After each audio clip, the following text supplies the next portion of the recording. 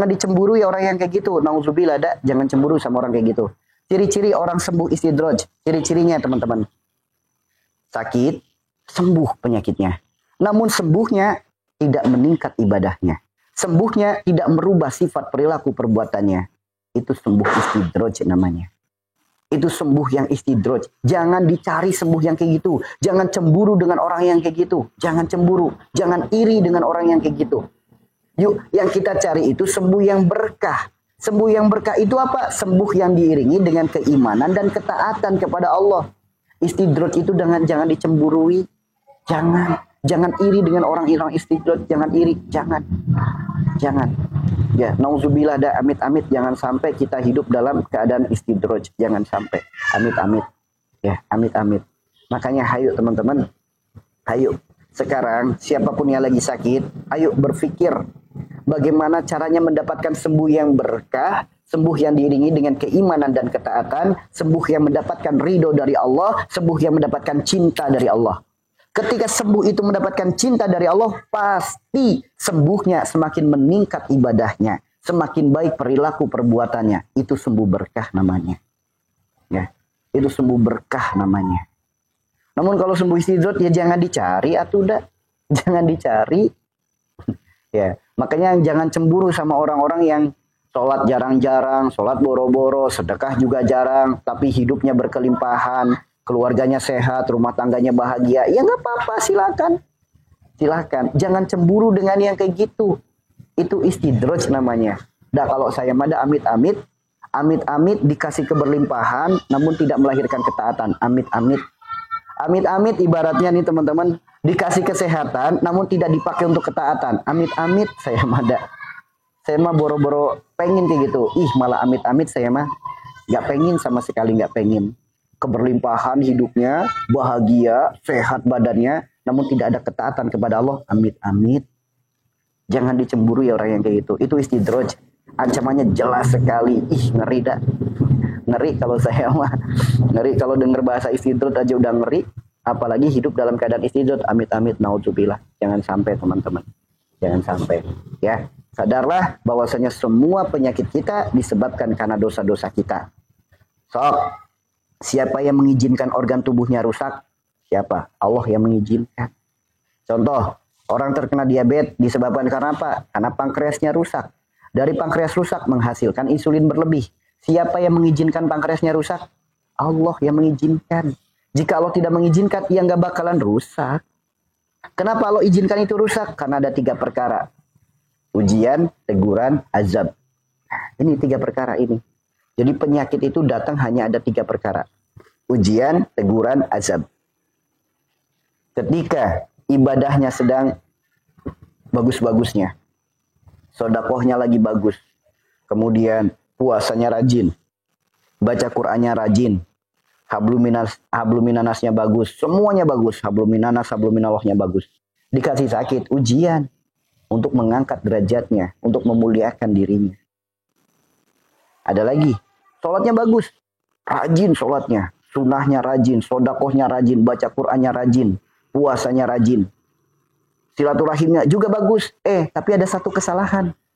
Mungkin disebabkan kenapa? Oh, dia ada sakit hati ke saudaranya. Dikasih sakit, teguran namanya. Ada lagi orang, 5 waktu nggak pernah terpenuhi.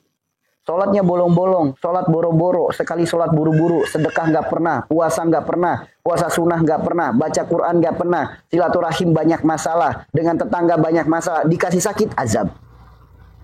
Ya, jadi penyakit itu ada 3 perkara, ujian, teguran, azab.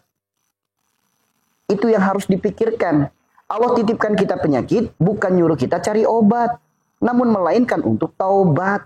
Nah, ini yang jarang orang pahami. Sakit mindsetnya obat, sakit mindsetnya obat, sakit mindsetnya obat. Ikhtiar ke sana, ikhtiar kemari.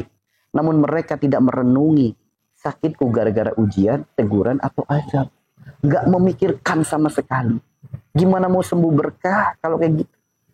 Gimana mau sembuh berkah? Wah, saya lagi diuji nih dengan penyakit ini. Apa kabar sholatnya? Kenapa Anda mengaku uji? Bukankah ujian itu milik orang-orang soleh? Milik kekasih Allah? Milik orang-orang baik? Saya lagi diuji.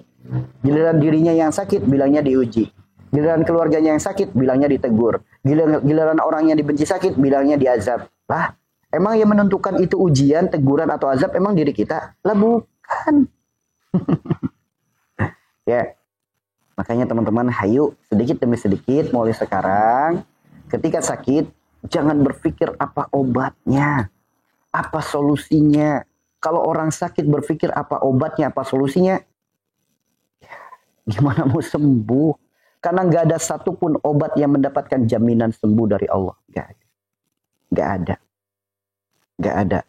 Meskipun di dalam Al-Quran surat An-Naml, madu obat semua penyakit, namun belum tentu madu bisa menyembuhkan penyakit Anda. Ya. Nggak ada satupun dokter yang bisa ngasih jaminan sembuh. Rumah sakit yang ngasih jaminan sembuh, ustadz, kiai, herbal, tabib, terapi, nggak ada satupun yang bisa ngasih jaminan sembuh. Karena sembuh itu milik Allah. Allah sendiri yang berfirman dalam Al-Quran surat Asy-Syu'ara, wa idza maritu fahuwa yashfin. Jelas sekali bahwasanya sembuh itu milik Allah. Pertolongan milik Allah. Obat milik Allah. Allah maha segala-galanya. Allah di mana? Allah berfirman, aku dekat. Sedekat urat nadimu. Allah yang maha segala-galanya yang dekat, nggak didekati. Sedangkan obat, herbal, apotik, dokter, rumah sakit, ustadz, kiai yang nggak bisa ngasih jaminan sembuh, Anda kedepankan. Gimana nggak bermasalah hidupnya? Gimana nggak salah ikhtiarnya? Ini yang banyak orang lakukan. Sehingga Pak salah kaprah dalam menjemput sehat. Salah kaprah dalam menjemput sembuh. Obat jauh dibeli, obat mahal dibeli, ikhtiar jauh didatangi. Sedangkan yang maha menyembuhkan dekat, nggak didatangi. Nah ini yang menjadikan seperti itu. Oke?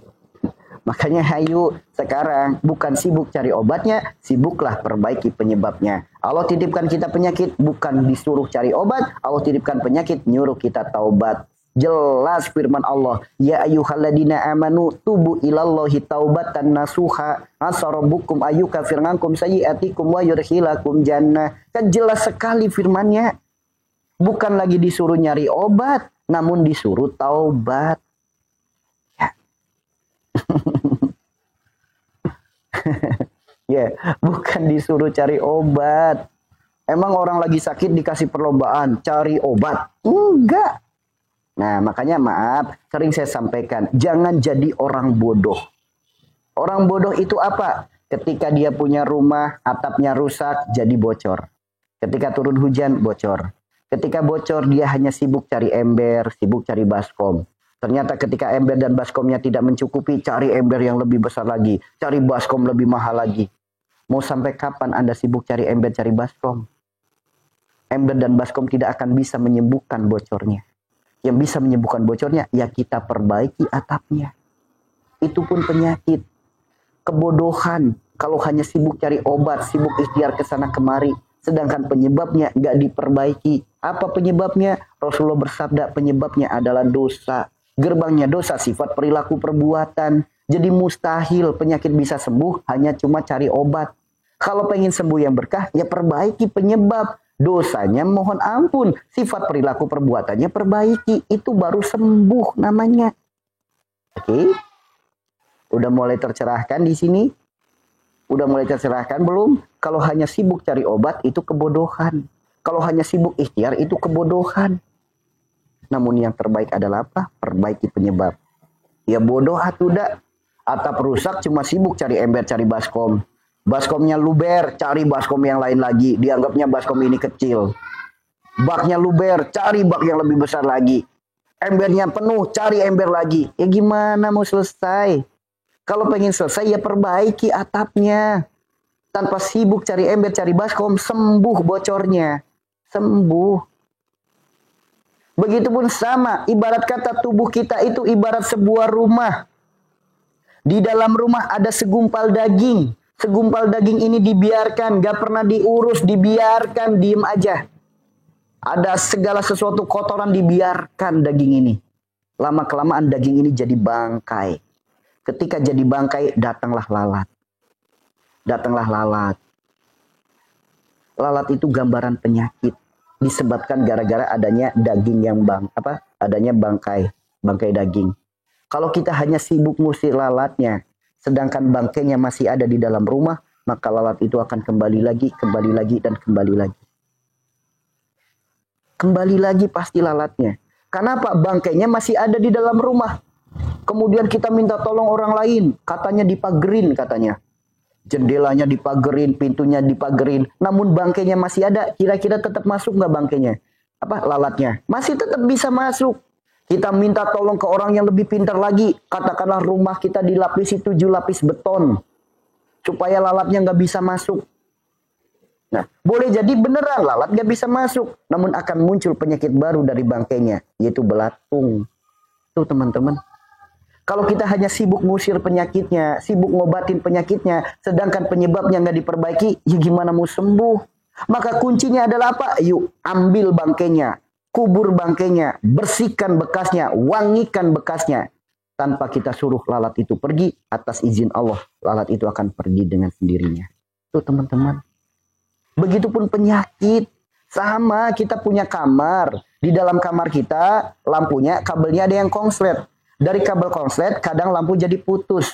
Kalau kita hanya bolak-balik ganti lampu, mau sampai kapan ganti lampu terus? Maka perbaiki kabelnya yang konslet, maka lampu dipasang tidak putus lagi. Begitupun penyakit. Kalau kita hanya sibuk ikhtiar ke sana kemari, sibuk beli obat ini, beli obat itu, herbal ini, herbal itu, sibuk pergi ke sana, sibuk pergi ke sini. Kalau penyebabnya nggak diperbaiki, gimana mau sembuh? Gimana mau sembuh? Gimana mau sembuh? Makanya hayu sekarang yang pengen sembuh, perbaiki penyebabnya. Jika teman-teman, jika kita merasa orang beriman, merasa syahadatnya lagi belajar lebih baik, maka percayalah dengan sabda Rasulullah bahwasanya penyakit kita penyebabnya adalah dosa. Kalau udah tahu dosa, maka mohon ampun kepada Allah. Bukan hanya mohon ampun, akui kesalahan, berjanji tidak ngulangin lagi. Kesalahan yang mana? Sifat, perilaku, perbuatan. Karena datanya penyakit itu dari sifat kita, dari perilaku kita, dari perbuatan kita. Bukan dari makanan. Bukan. Dari sifat, perilaku, perbuatan kita sendiri. Sok, penyakit apa yang datang bukan dari sifat? Sok, satu aja tolong sebutkan ke saya. Penyakit apa yang datangnya bukan gara-gara dari sifat orangnya? Satu saja. Satu saja. Satu saja penyakit yang datang bukan dari sifat, kira-kira penyakit apa? Kira-kira penyakit apa? Ada nggak? Ada nggak kira-kira teman-teman? Ada nggak satu aja penyakit yang datangnya bukan gara-gara dari sifat diri kita? Ada nggak? So, kira-kira penyakit apa? Coba renungkan. Kira-kira penyakit apa? Nggak ada kan? Penyakit lambung, apalagi penyakit lambung. Penyakit lambung itu jelas dari sifat perilaku perbuatan sendiri. Sok, lambung berada di perut. Perut disebutnya wilayah Nabi Yunus. Yuk, simak dulu teman-teman. Lihat kisah Nabi Yunus yang ada di Al-Quran. Nabi Yunus yang ada di Al-Quran, kisahnya apa? Nabi Yunus berada dalam perut ikan. Disebutkan dalam Al-Quran, Nabi Yunus berada dalam perut ikan, berada dalam alam kegelapan. Sekarang simak lagi ayat sebelumnya. Kenapa Nabi Yunus berada dalam perut ikan? Ketika Nabi Yunus merasa putus asa. Apa sih yang menjadikan Nabi Yunus putus asa? Karena Nabi Yunus mengeluh kepada Allah. Keluhannya bahkan diabadikan dalam Al-Quran. Apa keluhannya? Ya Allah, gantilah kaumku dengan kaum yang lain. Sama Allah dicuekin. Akhirnya muncul ketakutan, kekhawatiran, kecemasan. Dengan rasa putus asa meninggalkan kaumnya. Singkat cerita dimakan oleh ikan. Sekarang itu kondisinya Nabi Yunus. Kejadiannya seperti itu. Sekarang saya tanya, orang yang terkena asam lambung, Anda sekarang lagi merasa putus asa nggak? Anda sekarang lagi banyak pikiran nggak? Banyak kekhawatiran nggak? Banyak ketakutan nggak? Banyak kecemasan nggak? Anda sedang merasa ingin berubah. Ya Allah, kenapa penyakitnya nggak sembuh-sembuh? Kenapa hal ini ditimpakan kepada saya? Lagi ngalamin itu nggak? Saya tanya yang lagi terkena penyakit asam lambung, saat ini lagi merasa putus asa nggak dengan penyakitnya? Ya Allah, kenapa Engkau timpakan ini untuk saya? Saya capek dengan keadaan ini, ya Allah. Lagi ngalamin itu enggak? Muncul ketakutan, kekhawatiran, kecemasan. Muncul itu enggak? Teman-teman yang memiliki penyakit asam lambung, muncul kayak gitu enggak? Sehingga Pak, berada dalam alam kegelapan. Alam kegelapan itu apa? Seakan-akan ikhtiar enggak pernah ada hasilnya. Berobat ke sana kemari seakan-akan gak ada hasilnya. Masalah terus datang silih berganti. Ujian malah terus bertubi-tubi. Gelap gak hidupnya? Bahkan saking gelapnya keluar rumah aja takut. Ada nggak ngalamin kayak gitu? Apakah itu bukan dari sifat? Bahkan digambarkan dalam Al-Quran dengan kisah Nabi Yunus. Lihat kisah Nabi Yunus. Ketika Nabi Yunus sadar akan dosa dan kesalahannya, Nabi Yunus beristighfar. Bahkan istighfarnya diabadikan dalam Al-Quran. Apa istighfarnya? La ilaha illa anta subhanaka inni kuntu minaz zalimin. Mohon ampun kepada Allah karena telah zolim pada diri sendiri. Bagaimana tidak disebut zolim? Orang ketika lagi banyak pikiran, banyak kekhawatiran, banyak kecemasan, banyak ketakutan. Makan tidak enak, tidur tidak nyenyak. Makan tidak teratur, otomatis akan muncul penyakit-penyakit di perut. Berawal dari gejala asam lambung, panas perih di ulu hati, sampai ke dada, sampai ke kerongkongan. Pikiran masih belum tenang, organ tubuh terus bekerja. Pikiran gak bisa tenang, kekhawatiran, kecemasan terus ada. Khawatir akan hari esok, khawatir mau makan apa, khawatir rezeki dari mana, khawatir kondisi seseorang, banyak masalah yang terus dipikirkan, akhirnya muncul penyakit asam lambung. Perut kayak diperes-peres, perut kayak disayat-sayat, perut kayak diiris-iris.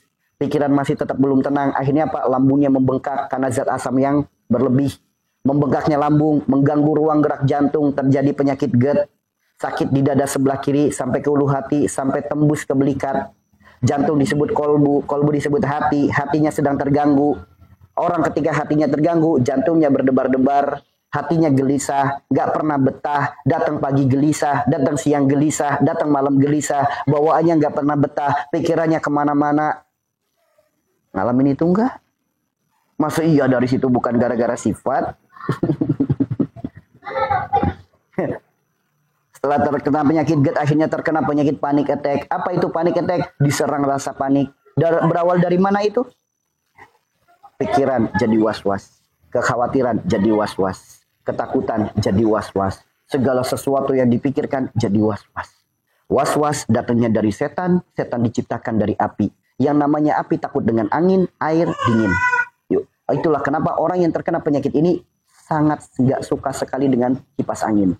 Mereka memusuhi kipas angin. Kalau melihat kipas angin seakan-akan takut sekali. Apalagi terkena angin dari kipas angin. Takut banget. Namanya api takut dengan dingin. Itulah kenapa orang seperti ini bawaannya pengennya pakai jaket mulu. Pakai kaos kaki mulu. Diolesin fresh care mulu biar hangat. Pakai ini penghangat di sini. Ngalamin kayak gitu enggak? Nah, udah mah takut angin, takut dingin. Ditambah lagi takut air. Jadi pada jarang mandi. Jadi pada males mandi. Takut jatuh di kamar mandi, takut ada hantu, takut kumat, takut dingin, dan lain sebagainya. Banyak ketakutan-ketakutannya. Ngalamin nggak kayak gitu? Masa iya kayak gitu bukan dari sifat? Bahkan disebutkan dalam kitab Thariqus Syifa, disebutkan orang yang memiliki penyakit ini tabiat daripada lalat. Apa itu lalat? Ngeyel. Dikasih tahu bunga lebih wangi daripada sampah, ia tetap ngeyel. Sampah yang dipilih. Begitupun orang yang terkena penyakit ini, mau dapat nasihat dari dokter, mau dapat nasihat dari ulama, mau dapat nasihat dari guru, mau dapat nasihat dari orang yang udah sembuh, ngeyel. Ngeyel. Bahkan memiliki alibi sebagaimana lalat, selalu mencari pembenaran. Apa pembenarannya? Ngomong mah gampang, soalnya kamu gak ngerasain apa yang aku rasakan. Gak ada di dunia ini yang penyakitnya lebih parah dari saya. Gak ada di dunia ini yang musibahnya lebih berat dari saya. Gak ada di dunia ini yang cobaannya lebih berat yang menimpa saya. Muncul perasaan kayak gitu nggak? Ketika dapat nasihat, ketika dapat motivasi, ketika dapat nasihat dari orang lain. Bahkan dokter yang ngasih nasihat nggak percaya. Ngomongnya ke dokter apa? Ngomongnya gampang dok. Soalnya kamu nggak ngerasain sih apa yang aku rasakan. Apalagi sahabatnya yang ngasih nasihat. Boro-boro diterima. Menggerutu. Enak aja. Emang saya orang gila? Muncul kayak gitu enggak? Dari hal-hal seperti itu, akhirnya muncul penyakit yang sudah diwanti-wanti oleh Rasulullah 1400 tahun yang lalu. Nama penyakitnya adalah wahan. Wahan itu apa? Berawal dari ubud dunia, kecintaan kepada dunia yang berlebih, berujung pada takut akan kematian. So, terkena penyakit ini dalam medis namanya penyakit anxiety. Anda setiap hari takut mati enggak? Datang pagi, takut mati. Mau keluar rumah, takut mati. Mau mandi, takut mati. Dihantui rasa takut mati enggak? Kemanapun Anda dihantui rasa takut mati. Bahkan uniknya lagi, dengar suara ambulan, takut. Melihat banyak orang, takut. Dengar suara burung, takut. Bahkan dengar suara cicak aja takut.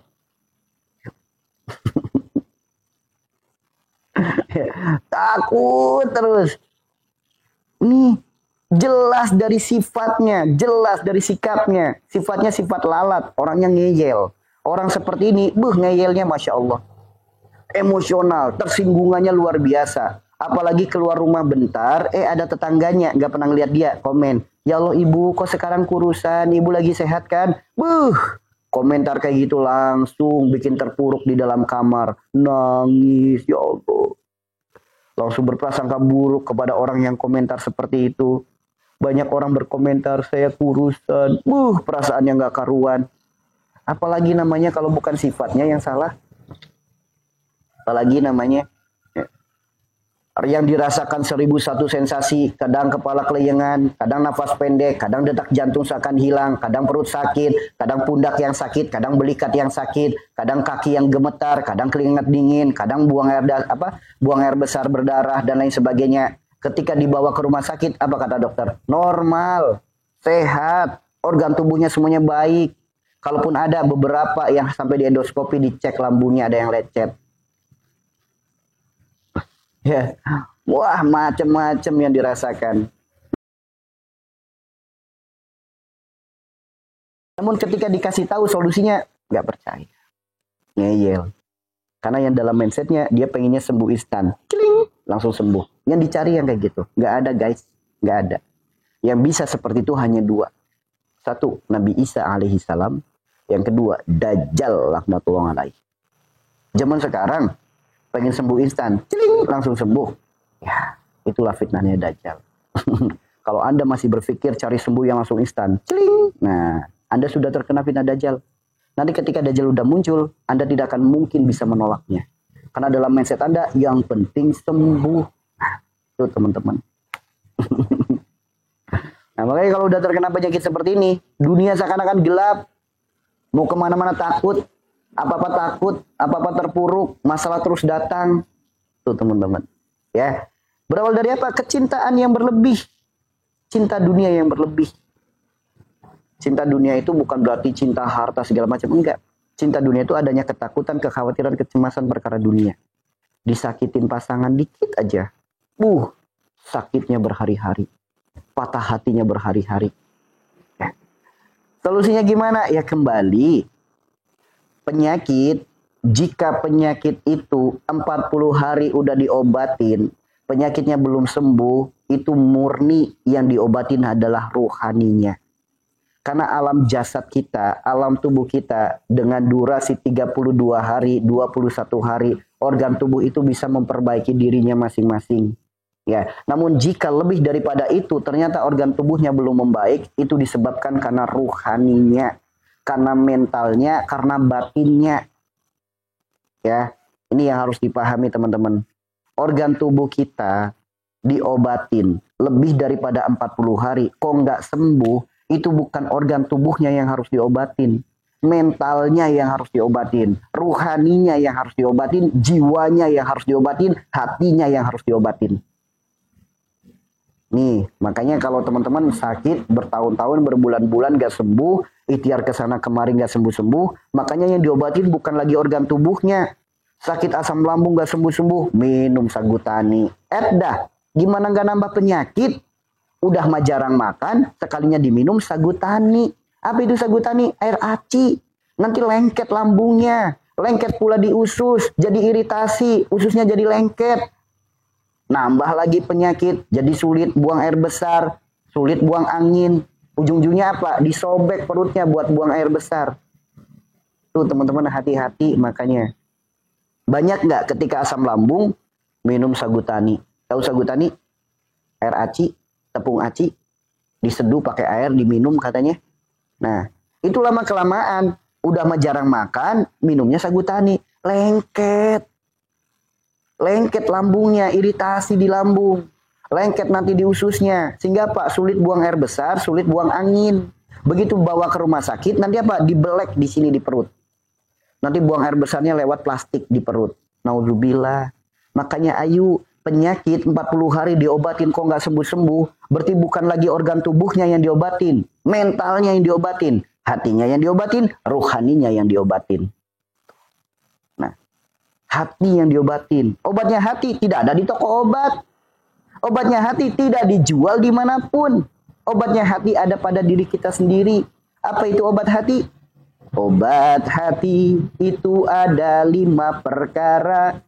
Yang pertama baca Quran dan maknanya. Yang kedua sholat malam dirikanlah. Yang ketiga berkumpul dengan orang-orang soleh. Yang keempat puasa. Yang kelima banyak zikir dan sholawat. Itu obatnya. Anda mendengar seperti ini belum tentu yakin. Kenapa? Karena orang ketika lemah imannya, terkena penyakit, mendengarkan nasihat seperti ini, nggak diterima. Ibarat kata orang jual tuh nggak dibeli. Karena dalam mindsetnya yang dicari obat instan, obat instan, obat instan. Dan merasa dirinya menjadi orang baik. Merasa dirinya udah baik, ibadahnya udah baik, perilakunya udah baik. Karena merasa penyakitnya paling parah, merasa ujiannya paling berat, merasa masalahnya paling besar. Tuh teman-teman. Ya, jadi obatnya ya lakukan 5 perkara itu. Dijamin, saya jamin sembuh. Karena yang menjamin bukan saya sebetulnya. Allah yang ngasih jaminan sembuh. Karena jelas disebutkan, ya ayuhan nas, qad ja'askum mau'idhatun mir rabbikum wa syifaa'un lima fis sudur wa huda wa rahmatul lil mu'minin. Jelas. Wahai manusia, telah datang kepadamu petunjuk obat segala penyakit, yaitu Al-Qur'an. Jadi jelas, yang ngasih jaminan itu Allah. Makanya Al-Quran itu dibaca. Bukan ditaruh di telinga. Jadi teman tidur. Al-Qurannya dibaca guys. Anda mau baca Al-Quran aja takut. Keluar keringat dingin. Badan gemetar. Tiba-tiba mata perih. Orang ketika memiliki penyakit seperti ini. Baca Al-Quran takut. Takut baca Al-Quran. Keluar keringat dingin dan lain sebagainya. Ya, takut nggak baca Quran? Takut nggak baca Quran? Sekalinya ada Al-Quran ditempelin di samping kepala buat teman tidur. Lah. Yang kedua, sholat malam dirikanlah. Nah, ini teman-teman. Dahsyat banget kalau bisa. Sholat malam dirikanlah. Bangun di sepertiga malam. Menangislah yang lirih dalam keheningan malam. Bermunajatlah, bersujudlah. Akui kesalahan kita, akui dosa kita. Cukup alam semesta menjadi saksinya, malaikat yang mengaminkan doanya. Karena Allah sendiri yang berjanji. Allah turun di sepertiga malam ke langit bumi. Siapa yang meminta ampunan, Allah ampuni. Siapa yang meminta, Allah beri. Siapa yang memohon, Allah kabulkan. Yuk, 3 kemuliaan ini, 3 keutamaan ini, kejar. Lah ini mau boro-boro mau sholat malam. Mau pergi wudhu ke kamar mandi aja takut. Takut ada hantu, takut ada yang ngikutin, takut kesetrum, takut kepleset, macam-macam yang ditakutin. Padahal obatnya adalah bangun di sepertiga malam, syukur-syukur mandi. Denger mandi sepertiga malam, takut kan? Gimana mau mandi sepertiga malam? Mandi siang-siang aja saya takut. Itu. Semua obatnya ruhani Anda takuti. Harusnya berpikir, oh iya, ternyata yang sakit bukan lagi organ jasad saya, yang sakit adalah mental saya, yang sakit adalah ruhani saya. Harusnya berpikir, kenapa semua solusi obatnya ruhani Anda takuti? Harusnya berpikir, ini yang sakit bukan lagi jasad, memang benar adalah ruhani yang sakit, memang benar adalah mental yang sakit, memang benar adalah hati yang sakit. Ya. Tuh teman-teman. Kemudian yang ketiga, berkumpul dengan orang-orang soleh. Lah boro-boro kumpul orang soleh. Keluar rumah, mau ke warung. Di warung banyak orang aja. Di warung banyak orang aja. Mending apa? Mundul alon-alon. Kenapa? Melihat banyak orang takut. Apalagi berkumpul dengan orang soleh. Datang ke taklim, datang ke pengajian. Lah takut orang kayak gini mah. Sekalinya ketemu banyak orang, keringat dingin, menggigil, gemetar badannya. Berawal dari minder, takut salah ngomong, takut salah ucap. Lah, ya enggak? Sekalinya berkumpul dengan apa? Ikut di grup asam lambung, ikut di grup anxiety, ikut di grup panic attack. Lah, grup yang isinya orang ngeluh semuanya. Gimana nggak tambah parah penyakitnya? Yang keempat puasa. Wah, apalagi dengar puasa. Paling dibenci itu orang seperti ini. Paling ditakuti. Puasa itu perintah Allah. Gak mungkin Allah memerintahkan sesuatu berdampak buruk pada diri kita. Gak mungkin, guys. Gak mungkin. Anda terlalu beralibi. Kenapa? Karena Anda mendengar ucapan pedagang obat. Ibu, jangan telat makan ya. Setiap 3 jam harus ada makanan yang masuk. Gitu kan? Gitu kan? Sedangkan apa? Puasa ini obat seluruh organ dalam tubuh kita. Siapapun di sini yang penyakitnya organ tubuh nggak sembuh-sembuh, patah tulang masih patah tulangnya, tulang nengsol masih nengsol tulangnya, 40 hari lebih nggak sembuh-sembuh. Ayo, bukan lagi pijat, bukan lagi urut, bukan lagi herbal, bukan lagi obat kimia. Ruhaninya yang diperbaiki, organ tubuhnya yang diperbaiki. Jalannya obat organ tubuh hanya satu, yaitu berpuasa. Karena ketika berpuasa, organ tubuh istirahat bekerja. Ia memperbaiki dirinya. Ia mengeluarkan segala racun di dalam tubuhnya. Dalam medis dinamakan detox. Itulah kenapa orang ketika berpuasa mulutnya bau. Karena organ tubuh lagi ngeluarin racun. Lagi ngeluarin penyakit. Lagi ngeluarin kotoran. Lah ini disuruh puasa malah takut. Lambung lecet puasa. Sembuh. Pankreas rusak puasa. Paru-paru puasa, jantung puasa. Puasakan diri kita. Bukan hanya puasa makan dan minum, puasakan keinginan, harapan, angan-angan. Puasakan nafsu yang bergelora, puasakan. Karena dengan puasa sembuh. Ingat, datangnya dari setan. Setan diciptakan dari api. Yuk, bahan bakar api dari apa? Salah satu bahan api yaitu iblis. Ingat, ini teman-teman. Nafsu itu ketika dihukum oleh Allah di dalam neraka. Nafsu ditanya, hei nafsu, siapa aku, siapa engkau? Apa jawaban nafsu? Aku ya aku, engkau ya engkau. Kemudian sama Allah dihukum lagi selama 70.000 tahun. Nafsu ditanya sama Allah, hei nafsu, siapa aku, siapa engkau? Aku ya aku, engkau ya engkau. Lalu nafsu diangkat, nafsu diperintahkan oleh Allah untuk berpuasa.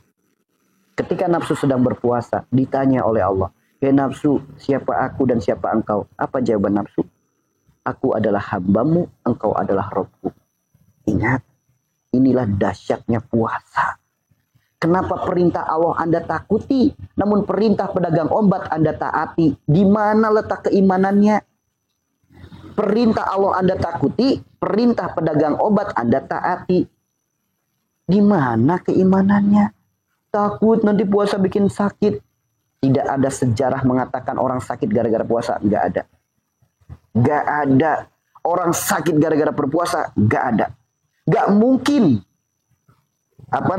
Rukun Islam kok menjadikan penyebab buruk. Nggak mungkin, guys. Nggak mungkin ketaatan melahirkan kesengsaraan. Nggak mungkin. Nggak mungkin ketaatan menjadikan penyakit. Nggak mungkin. Ini yang harus direnungkan. Karena kita selama ini, teman-teman kita selama ini, khususnya orang Indonesia, udah dijajah. Itulah kenapa leluhur kita, ulama kita, ketika membuat undang-undang, jelas ada doa dan perintah. Cerdaskan kehidupan bangsa. Dan oleh sebab itu, maka penjajahan di atas dunia harus dihapuskan. Oke? Pak Ustadz, kalau hipertiroid gimana? Ustadz, bolehkah puasa? Saya tanya, apakah perintah Allah diberikan selain orang yang hipertiroid? Perintah Allah itu yang disebut siapa? Ya ayyuhalladzina amanu. Perintah Allah tentang puasa yang dipanggil siapa? Ya ayyuhalladzina amanu. Orang-orang yang beriman. Ketika Anda nggak percaya puasa, berarti Anda bukan orang beriman. Sederhana. Kan kata dokter, Anda lebih percaya sabda pedagang obat atau firman Tuhan? Sesederhana itu dalam menyikapi puasa dan penyakit. Yuk. Masa iya perintah ketaatan dari Allah melahirkan keburukan dalam organ tubuh? Mustahil, guys. Allah tidak memiliki sifat jahat. Allah tidak memiliki sifat licik. Sekeras apa hati Anda sehingga berprasangka buruk kepada Allah? Perintah Allah Anda takuti karena Anda takut organ tubuhnya bermasalah. Dosa apa yang telah dilakukan sehingga membuat hati Anda sekeras itu? Ayo teman-teman yang masih takut dengan puasa, renungkan. Dosa apa yang telah dilakukan? Kemaksiatan apa yang telah dilakukan? Sampai ketaatan kepada Allah saja ditakuti. Nauzubillah ya Allah. Nauzubillah. Nauzubillah. Yuk. Kita selama ini digiring opininya oleh pedagang obat. Digiring opininya oleh pedagang agama. Sakit dikit. Apa kata mereka dipercaya. Namun apa perintah Tuhan? Boro-boro ditaatin. Ini bukti. Kenapa Rasulullah berdoa, umatku perbanyaklah doa agar terhindar dari fitnah Dajjal laknatullah alaih. Sekarang terbukti orang lebih percaya sabda orang lain ketimbang sabda apa? Firman Tuhannya sendiri. Yuk teman-teman, lihat Rasulullah juga bersabda akan ada zaman pada kaumku Al-Quran hanya tinggal tulisan. Bukti nyata. Perintah puasa itu perintah ketaatan. Hanya tinggal tulisan. Anda nggak taati, Anda lebih taat pedagang obat. Bukti nyata Al-Quran dalam diri Anda hanya tinggal tulisan doang. Anda tidak mengimani Al-Quran itu sendiri. Bukti nyata. Padahal Rasulullah ketika beliau detik-detik sekaratul maut yang dipanggil bukan keluarganya, bukan anaknya, bukan istrinya, bukan sahabatnya. Yang dipanggil kita. Ummati, ummati, ummati. Rasulullah khawatir dengan keadaan kita. Khawatir. Apa yang beliau pesankan? Berpegang teguhlah pada Al-Quran dan sunnahku. Kita yang dikhawatirkan oleh Rasulullah. Sama perintah Tuhan sendiri nggak taat. Lebih taat pedagang obat ketimbang perintah Tuhan. Ini yang membuat Rasulullah sedih. Al-Quran hanya tinggal tulisan.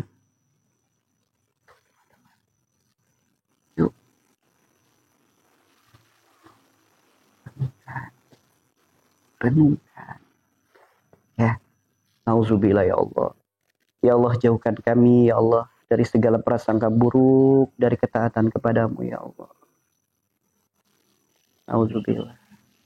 Ya. Yuk. Allah yang menciptakan kita. Allah yang menghidupkan kita. Allah yang mengatur urusan kita. Allah yang mencukupi kebutuhan kita. Allah yang menyembuhkan penyakit kita. Allah yang maha segala-galanya. Yang maha tahu tanpa kita kasih tahu. Kenapa tidak ditaati? Bahkan perintahnya ditakuti. Nauzubillah ya Allah. Perintah Allah kok ditakuti. Berharapnya pengen sembuh. Berharapnya pengen masuk surga. Ngimpi. Itu ngimpi namanya. Perintahnya aja ditakutin, ketaatan aja ditakutin, berharap masuk surga tanpa hisab. Ngimpi guys. Makanya ayo, yuk. Ayo sekarang mulai di-upgrade keimanannya. Kan sering dapat pesannya. Yuk, tatalah hati kita, maka Allah akan tata kehidupan kita. Karena kebanyakan kita hanya fokus perkara jasad doang. Nggak fokus perkara hati. Ingat, dunia tempat kita meninggal bukan tempat kita tinggal. Oke? Adanya sakit karena ujian, teguran, azab. Bukan sedang perlombaan cari obat. Kita selama ini digiring opininya. Sok kalau nggak percaya, siapa yang nggak berprasangka buruk kepada makanan bagi orang yang terkena penyakit? Gara-gara siapa? Pedagang obat. Ibu gak boleh makan nasi putih, gak boleh makan manis-manis, nanti gula darahnya tinggi. Ibu gak boleh makan pedas, nanti asam lambungnya kambuh. Firman Allah apa? Robbana ma khalaqta hada batila. Tidak ada satupun yang Allah ciptakan sia-sia. Kenapa firman Allah enggak Anda percaya? Sabda pedagang obat Anda percaya. Inilah kelemahan iman.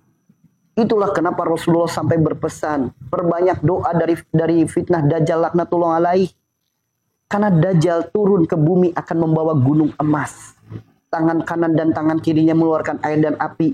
Siapa yang sakit sembuh, siapa yang mati hidup lagi, bangkit lagi, siapa yang pengen kaya diberikan kekayaan. Orang zaman sekarang mencari sehat, mencari sembuh, keluar dari ketaatan. Orang yang sudah tidak akan bisa menolak adanya Dajjal ketika turun di hadapannya. Pasti otomatis pasti ikut. Nauzubillah teman-teman. Kenapa dalam benaknya yang penting sembuh, yang penting sembuh, yang penting sembuh. Nggak peduli jalan sembuhnya seperti apa. Bahkan keluar dari ketaatan tetap dilakukan. Itulah ciri-ciri pengikut Dajjal. Ciri-ciri orang yang sudah terkena fitnah Dajjal. Tuh teman-teman. Ngeri ya. Ngeri ya Allah. Astagfirullahaladzim. Zaman sekarang orang sakit yang penting sembuh. Nggak peduli jalan sembuhnya kayak gimana. Bahkan ketaatan ditakutin. Ketaatan diprasangkai. Ini ciri-ciri orang yang sudah terkena fitnah Dajjal. Ciri-cirinya. Nanti Dajjalnya turun bisa nyembuhin instan. Buh. Ngantri paling utama. Saya daftar. Udah diwanti-wanti teman-teman. Ya, hayu. Allah tidak akan merubah suatu kaum sebelum ia merubah dirinya sendiri. Ya, bagaimana mungkin dari sakit berubah jadi sehat kalau nggak mau melakukan perubahan? Bagaimana mungkin? Hayu atuh dah. Usia makin bertambah, jatah hidup makin berkurang. Ya, usia makin bertambah, jatah hidup makin berkurang. Ketaatan ibadah bukan meningkat, malah merosot. Lagi mana? Gimana? Ya makanya puasa. Nah, yang kelima banyak zikir dan sholawat. Banyakin zikir dan sholawat. Jangan banyakin mikir. Orang banyak mikir, banyak masalah. Apa alibi Anda? Namanya orang hidup yang banyak mikir. Hei, adanya masalah emang untuk dipikir. Adanya masalah untuk dilampaui. Tuh, ya bukan dipikir. Emang dengan memikirkan masalah, masalahnya selesai gitu? Mana bisa. Emang dengan kita lapar, memikirkan makanan langsung kenyang gitu? Ya nggak bisa. Gak mungkin kita bisa menyelesaikan masalah tanpa pertolongan Allah. Gak mungkin. Gak mungkin masalah akan selesai cuma hanya dipikirkan doang. Gak mungkin. Karena apa? Manusia punya kendala. Allah punya kendali. Namun jika Allah sudah ikut andil, tidak ada yang mustahil. Tuh. Kurang yakin apa lagi sih Anda dengan Tuhan? Itu ya. Kan jelas firman Allah. Wa may yattaqillaha yaj'alahu makhraja wa yarzuqhu min haitsu la yahtasib. Wa may yatawakkal 'alallahi fa huwa hasbuh. Innallaha balighul amri. Qad ja'alallahu likulli shay'in qadra. Kan jelas. Barang siapa yang bertawakal kepada Allah, Allah akan berikan kepadanya jalan pertolongan dari arah yang tidak disangka-sangkanya. Kan jelas jaminan dari Allah. Tugas kita itu tawakal. Maksimalkan doa dan ikhtiar. Perkara hasil jangan dipikirkan. Urusan Allah. Kalau kita terkadang Allah yang disuruh-suruh. Sampai kadang lupa siapa Tuhan, siapa hamba. Ya Allah, kenapa seperti ini terus? Berilah hamba rizki, beri hamba sembuh. Nyuruh-nyuruh Allah. Siapa Tuhan, siapa hamba. Allah disuruh-suruh. Ya Allah, mudahkan. Itu masalah. Yuk ditolong itu masalah. Berikan hamba kekayaan. Lah, Allah disuruh-suruh. Allah diperintah-perintah. Sebetulnya siapa yang Tuhan, siapa yang hamba sih? Ini teman-teman. Ya, terkadang kita tuh kurang ajar sama Tuhan sendiri. Allah disuruh-suruh, Allah diperintah-perintah. Ya, bahkan malaikat mungkin dengar aja sebel dah ini budak, diserebet mungkin sama malaikat. Kadang nggak sadar siapa Tuhan, siapa hamba. Allah diperintah-perintah, Allah disuruh-suruh. Dah. Gimana doanya mau diijabah? Yuk renungkan teman-teman. Renungkan ya Allah. Ya, pokoknya pelan-pelan ya. Sedikit demi sedikit. Nanti lama-lama bisa. Makanya kita lakukan perubahan sedikit demi sedikit. Oke? Lakukan perubahan sedikit demi sedikit. Insya Allah nanti lama-lama bisa. Karena tidak ada kata bisa jika tidak dilakukan dengan terbiasa.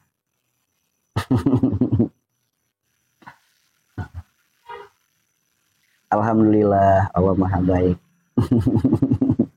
Makanya yuk teman-teman, jika teman-teman merasa room ini bermanfaat,